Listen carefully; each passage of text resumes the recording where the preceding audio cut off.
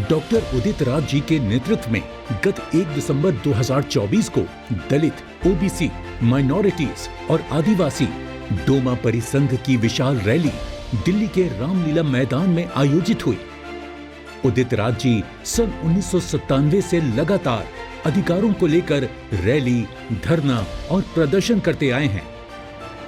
तो ये देश में इस रैली की जरूरत क्यों पड़ी?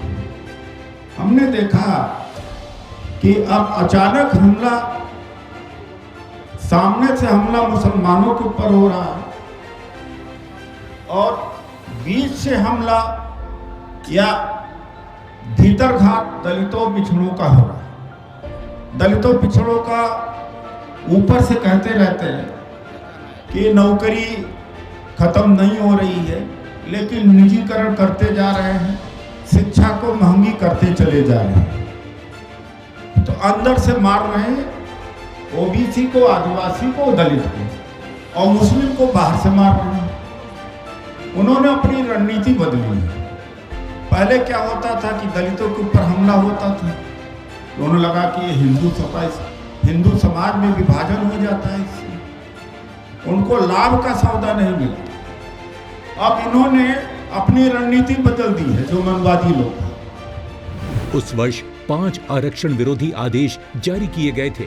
उनके निरस्तीकरण को लेकर अनुसूचित जाति जनजाति संगठनों का अखिल भारतीय परिसंघ का गठन हुआ था। 2024 में ओबीसी और अल्पसंख्यक को भी जोड़ा और इसी के साथ नाम भी बदला।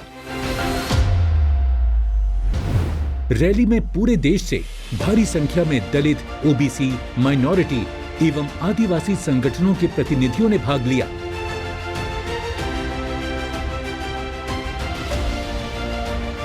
रैली को मुख्य अतिथि के रूप में कांग्रेस पार्टी के राष्ट्रीय अध्यक्ष श्री मल्लिकार्जुन खड़गे ने संबोधित किया।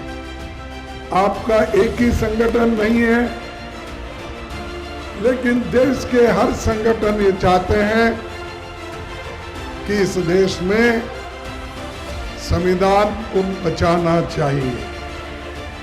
संविधान बचा तो हम सब लोग बचेंगे।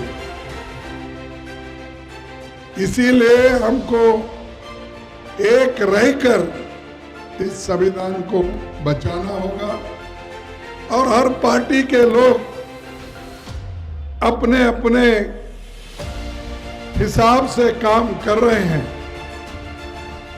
उसके साथ ही हमको लोकतंत्र को भी बचाना है और लोकतंत्र नहीं बचेगा, आपकी हिस्सेदारी नहीं बढ़ेगी। झंडे का रंग नीला, लाल, हरा और पीला है, जो इन वर्गों की पहचान है। बाहर से बहुजन और अंदर से सबका समावेशी ना हुआ तो फिर डोमा की क्या जरूरत? ऐसे में अन्य संगठन की क्या जरूरत? हमने संविधान बचाने की कसम खाई है। संविधान खतरे में है। जब जाति और धर्म देख करके किसी का घर गिराया जाता है और पूरी न्यायपालिका की प्रक्रिया को बाईपास किया जाता है, चुनाव आयोग अपनी भूमिका नहीं अदा कर पा रहा। किस तरह के आज पत्रकारों लोग को बोलने की आजादी छीन ली गई है।